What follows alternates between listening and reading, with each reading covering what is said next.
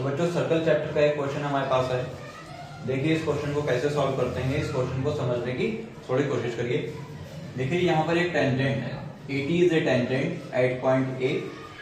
ये हमारी AT एक टेंजेंट है, A वाले पॉइंट पे सर्कल से टच होती है। Angle BAT is 60 degree, BAT is 60 degree. ये पूरा एंगल हमारा 60 डिग्री का दिया होगा, B से लेकर के AT तक। फाइंड करना है एंगल BCA। BCA इस एंगल को, C वाले एंगल को हमें फाइंड करना है। ये जो C वाला एंगल है, ये C वाला एंगल फाइंड करना है।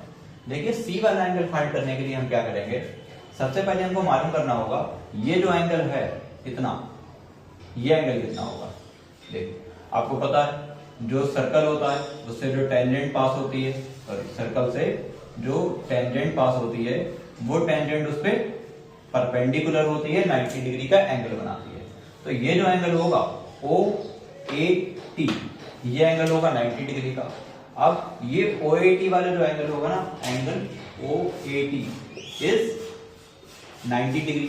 अब इस OAT वाले एंगल को हम दो पार्ट में सेपरेट करेंगे। एक तो हमारा एंगल होगा ये, दूसरा एंगल होगा ये। Angle OAB plus angle BAT is equal to 90। ये वाला एंगल हमारा 60 है, तो angle OAB plus 60 is equal to 90। ये 60 90 से जाकर के माइनस होगा, एंगल OAB आ जाएगा 30 डिग्री का। ओके, तो हमारा एंगल OAB ये वाला जो एंगल है ये 30 डिग्री का आ गया, 30 डिग्री का। तो देखिए OA रेडियस है, OB ये भी रेडियस है, तो OA इक्वल होगा OB के। अब ये जो ट्राइंगल है OAB, ये ट्राइंगल आइसोसेलेस ट्राइंगल बन जाएगा क्योंकि इसकी दो साइड्स इक्वल हैं, और आइसोसेलेस ट्राइंगल के दो एंगल आपस में इक्वल होते हैं। तो A वाला एंगल इक्वल होगा इस B वाले एंगल के, ये वाला एंगल भी 30 डिग्री का हो जाएगा। Angle OBA is equal to 30 degree. Reason हम क्या देंगे, OA इक्वल है OB के। तो इस ट्राइंगल में जब हम सम प्रॉपर्टी यूज करेंगे तो हमारे पास O वाला एंगल निकल के आ जाएगा। तो angle OAB plus angle OBA plus angle BOA is equal to 180। ये दोनों एंगल 30 के हैं, 30 plus 30 is equal to angle BOA is equal to 180। ये 30 और 30 60 हो जाएंगे और 180 से जाकर के माइनस होंगे, तो BOA वाला एंगल बचेगा 120। ये एंगल हमारा 120 आ जाएगा, 120। अब देखिए यहां पर क्या करना है, थोड़ा सा समझने की कोशिश करिए। यहां पर एक सर्कल पे एक पॉइंट लेना है, पॉइंट ले लिया X। अब इस X वाले पॉइंट को B से ज्वाइन करना है, B से ज्वाइन करा और A से ज्वाइन करा। जब हमने दो पॉइंट से ज्वाइन करा तो यहां पर 9th क्लास वाली शायद आपको प्रॉपर्टी याद ही होगी।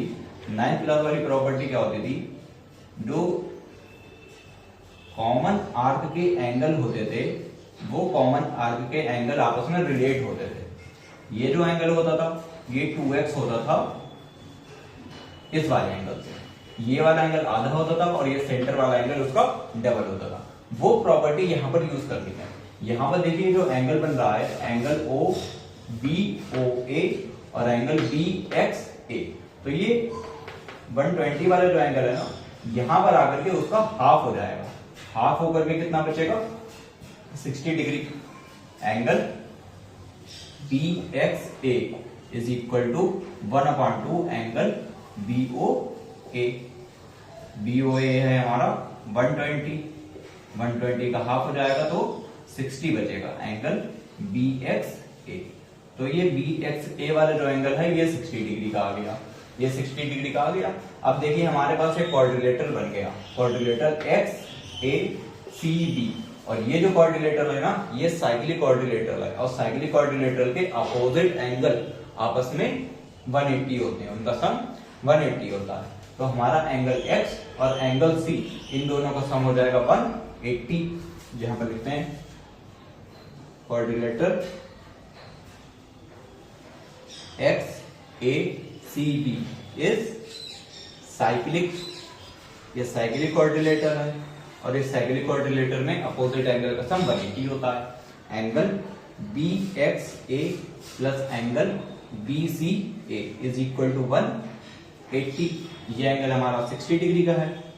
Angle BCA is equal to 180 और ये हमारा 180 से जाकर के माइनस होगा तो BCA वाला एंगल निकल के आ जाएगा 120 डिग्री का। ओके स्टूडेंट्स, तो हमारा BCA वाला एंगल 120 डिग्री का फाइंड हो गया।